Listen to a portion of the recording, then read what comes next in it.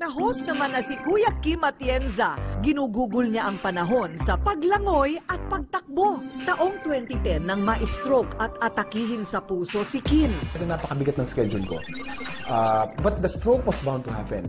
Whether mabigat ang schedule mo o hindi, stressed ka o hindi. Akala ko talaga mamamatay na ako. Mabuti na lamang at naagapan. Mula nang malampasan ni Kim ang banta ng matinding karamdaman. Hindi na siya nagpatumpik-tumpik.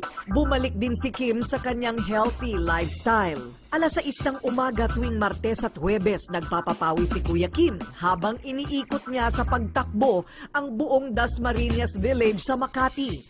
Kasama ko sa team kata si Gilbert Remulla, of course. Ako si Bel Daza. Hello! Carlos, the beautiful Ann Curtis. Sarap talaga mag-exercise kasi ang pag-ensayo ay maganda para sa puso natin, para sa katawan natin, para sa itsura natin, at para sa ugali natin.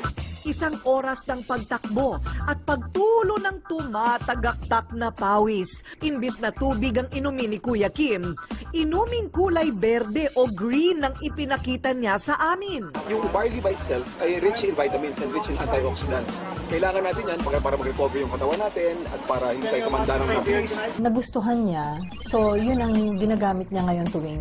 Actually, hindi lang sa tuwing tatakbo araw-araw niyang iniinom. Mayaman kasi ang barley sa natural nitong enzyme, folic acid, chlorophyll, organic sodium at marami pang iba.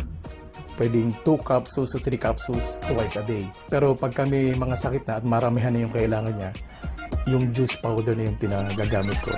Kasi mas marami kang kailangan na mga nutrients para sa katawan. Yan ang sekreto.